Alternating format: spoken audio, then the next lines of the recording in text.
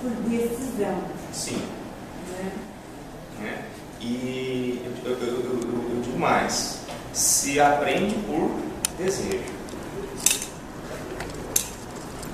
Então é o desejo que mexe com alguma coisa. Então se eu desejo saber um saber que eu não sei, né? E isso só se dá pela linguagem do amor. Não tem outra linguagem. É só pela linguagem do amor.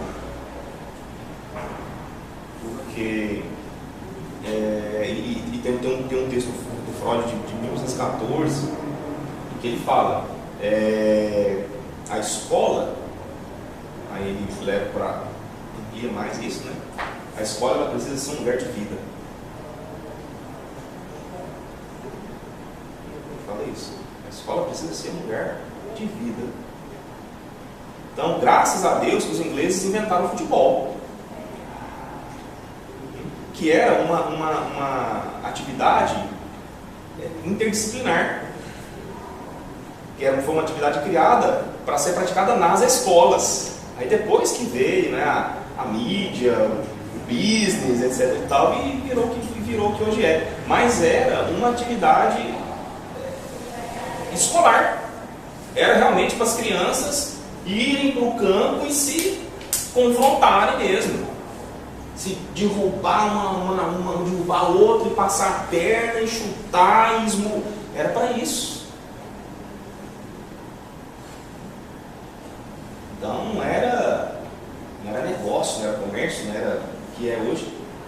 Era o confronto mesmo, né? Era a briga. Então ainda bem que eles iam a campo e se gladiavam, e se estumbicavam um com o outro. E se não fosse isso, ia ser coisa muito pior.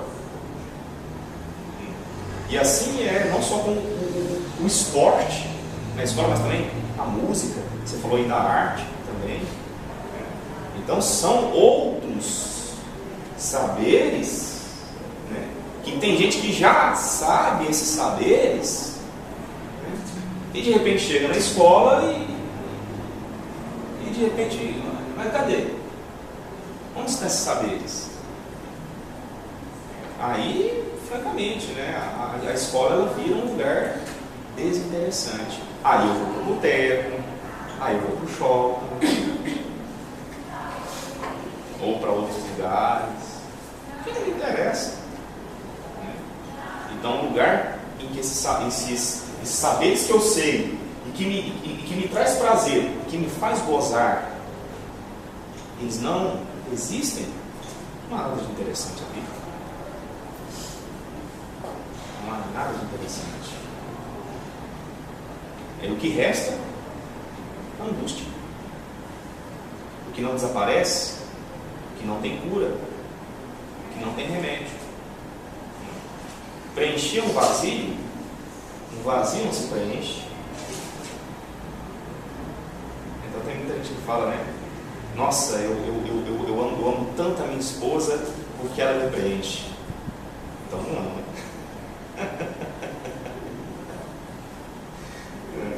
Só há amor onde há falta.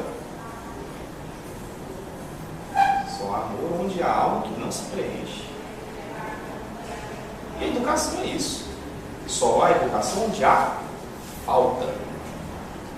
Onde algo não é preenchido. E é por isso que é de um para um. Um vai levar. Um vai querer só a chamada, outro vai querer só o carinho, outro vai querer só a nota. É assim. Vem sendo assim há algumas centenas de anos. É de um para um. Essa é a impossibilidade. De abarcar um todo, né? Vou dar aula e todo mundo vai entender o que eu vou falar. É impossível. Um pode ser que consiga apreender alguma coisa. Mas eu dar aula para uma sala de 70 alunos. e eu nutrir a ilusão de que os 70 vão entender tudo, isso não existe. Isso, aí Freud, é por isso que Freud disse lá em 1908, que educar é impossível. Desse jeito que o grande mestre pensa e acha que é. Né? Porque o grande mestre, ele pensa assim. Né? Eu vou dar a minha aula, todo mundo vai fazer silêncio, todo mundo vai entender, todo mundo vai saber, todo mundo vai tirar 10. Não é bem assim. As três coisas que Freud definia como impossível era educar, governar e analisar. Porque a análise também é feita de 1 para 1. Também é algo assim que não é para todos, é para poucos. A educação também não é para todos, é para poucos. Por mais que a educação ela precisa ser da ordem da cidadania. A educação cidadã, o professor cidadão, e que estabelece parceria com os alunos. E aí, o que você deseja? Qual é o seu desejo com relação a essa matéria? Você deseja construir o que com isso?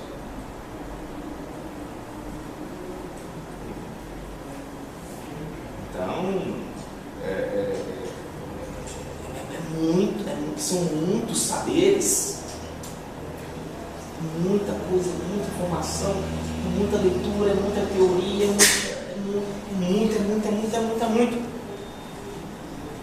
E eu? E o meu pensamento? E a minha produção? Certa vez eu participei de uma banca de TCC de umas ex-alunas de uma faculdade. E aí, quando eu peguei o trabalho delas, um trabalho muito bem orientado, um trabalho muito bem escrito, mas do começo ao fim, só citação de outros teóricos, outros autores, citação, e citava a ideia do autor, aí fazia uma paráfrase daquela ideia, etc e tal, e aí eu perguntei para ela, ok, meu trabalho muito bem orientado, muito bem organizado, dentro dos padrões, das normas e tal.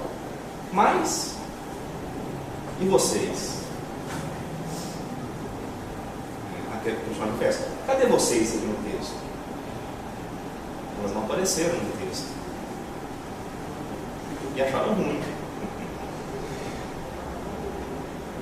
Então, a produção própria, autêntica do aluno, original e criativa, ela precisa aparecer.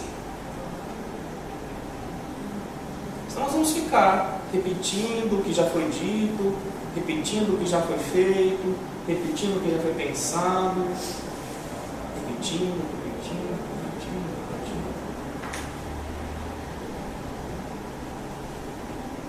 E você, enquanto ser pensante, enquanto você que detém o saber, porque o saber pertence a quem detém. Então a voz do aluno ela precisa ser ouvida nesse sentido. Ninguém mais quer dizer alguma coisa?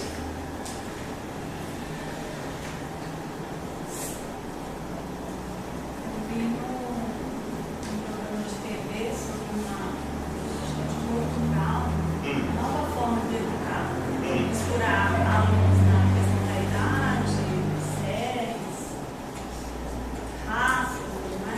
E não assim, sala, série certinho. Qual é? Lembrando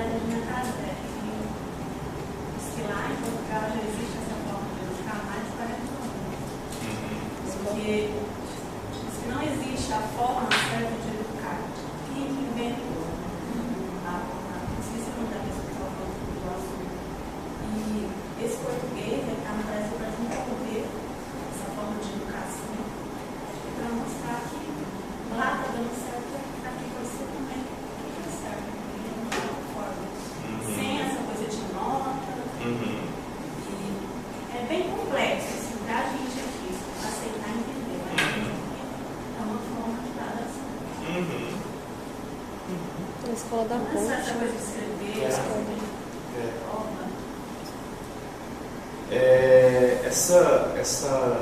essa nova.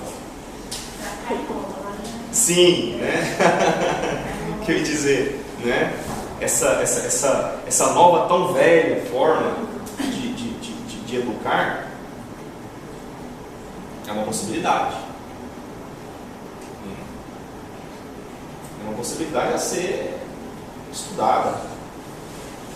É uma possibilidade a ser estudada. Eu não digo.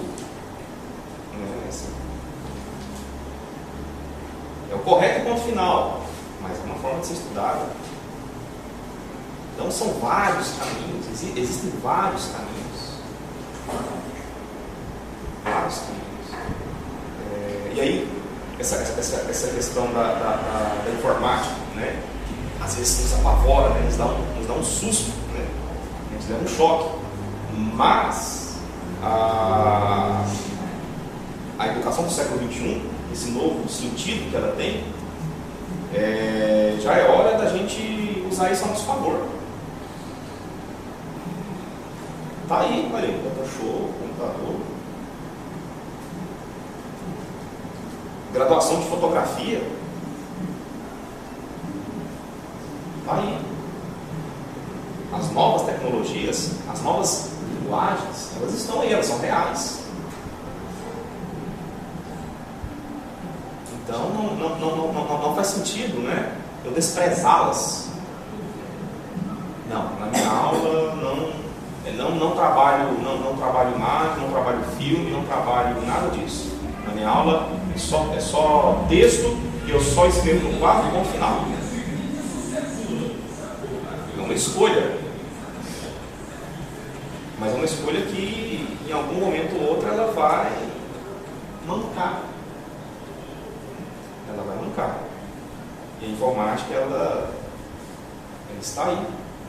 As novas tecnologias elas fazem parte, né, do nosso cotidiano, do nosso dia a dia. Facebook é algo real. As mídias sociais é algo real.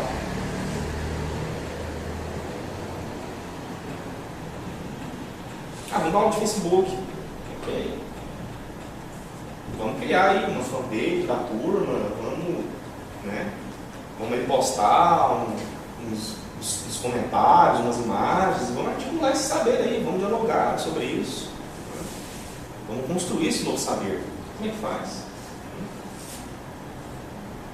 Não, essa aula tá chata, eu vou lá pro boteco tomar calma. Vamos lá então, vamos ter uma aula lá, que tal? Aí quando criou-se uma tradição, né? Quando se ouve a palavra aula, então o que a gente pensa, né? Quando se ouve a palavra aula, o que vem à mente da gente? A sala de aula. O que mais? E os elementos que pertencem a ela, né? O professor na frente falando, eu sentado ouvindo o professor, né? As carteiras enfileiradas, uma atrás da outra.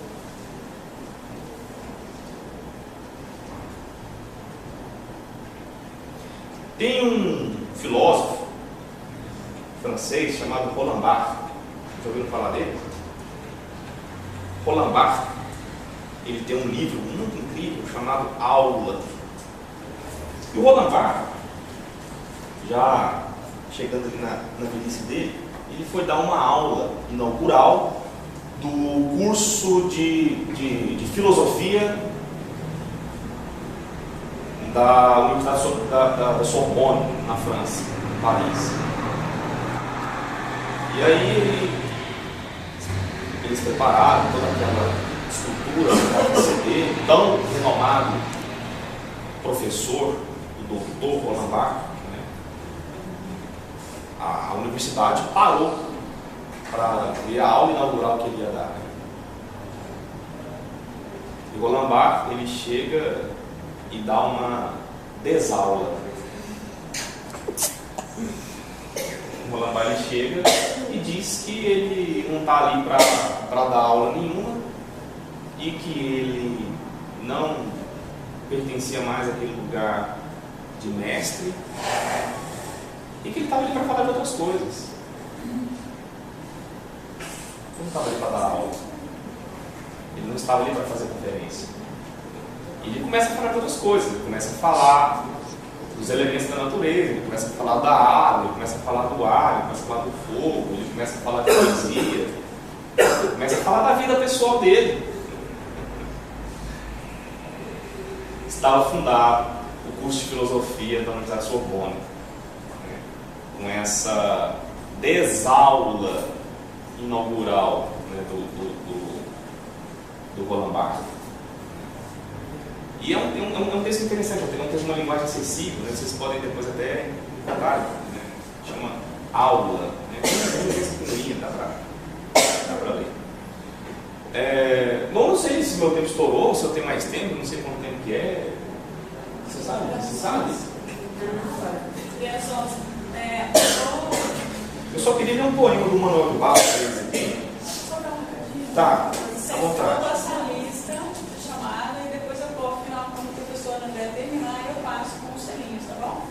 Quem não tiver o nome na lista, por gentileza, depois vem até mim, tá? Para a gente acrescentar. Manuel de Barros, não sei se vocês conhecem, já ouviram falar. Já ouviram falar da Manuel de Barros? Você não vale. Foi contemporâneo da Ana Carolina, na Faculdade de Direito. Ai, que beleza.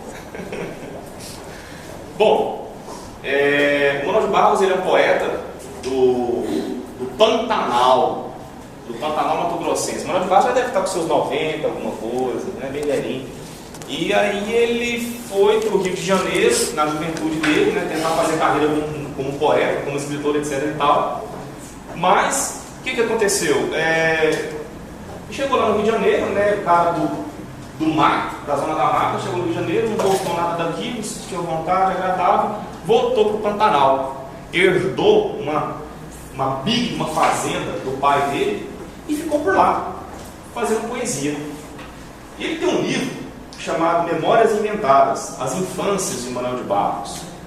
Aí tem um poeminha dele chamado Aula, que é assim. Nosso professor de latim, mestre Aristeu, era magro e do Piauí. Falou que estava cansado de genitivos, dativos, ablativos e de outras desinências. Gostaria agora de escrever um livro. Usaria um idioma de larvas incendiadas. Epa, o professor falseou, ciciou o colega. Idioma de larvas incendiadas? Mestre Aristeu continuou. Quisera uma linguagem que obedecesse à desordem das falas infantis do que às ordens gramaticais. Desfazer o normal há de ser uma norma. Pois eu quisera modificar nosso idioma com as minhas particularidades. Eu queria só descobrir e não descrever. O imprevisto fosse mais atraente do que o déjà visto. O desespero fosse mais atraente do que a esperança. Epa, o prof desalterou de novo. Outro colega nosso denunciou. Porque o desespero é sempre o que não se espera. Verbe grácia, um tropicão na pedra ou uma sintaxe insólita. O que eu não gosto é de uma palavra de tanque, porque as palavras do tanque são estagnadas, estanques, acostumadas e podem até pegar mofo. Quisera um idioma de larvas incendiadas, palavras que fossem de fontes e não de tanques. E um pouco exaltado, nosso prof disse: fala de poesia, meus queridos alunos. Poesia é o mel das palavras. Eu sou um enxame. Epa! Nisso entra o diretor do colégio que assistir a aula de fora. Falou: seu enxame, espere-me no meu gabinete. O senhor está ensinando bobagens aos nossos alunos. O nosso mestre foi saindo da sala, meio rindo, chorar.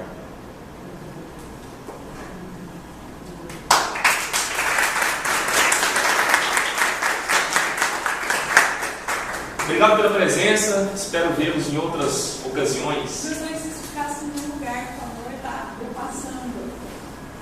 Eu tenho que ensinar alguma coisa também?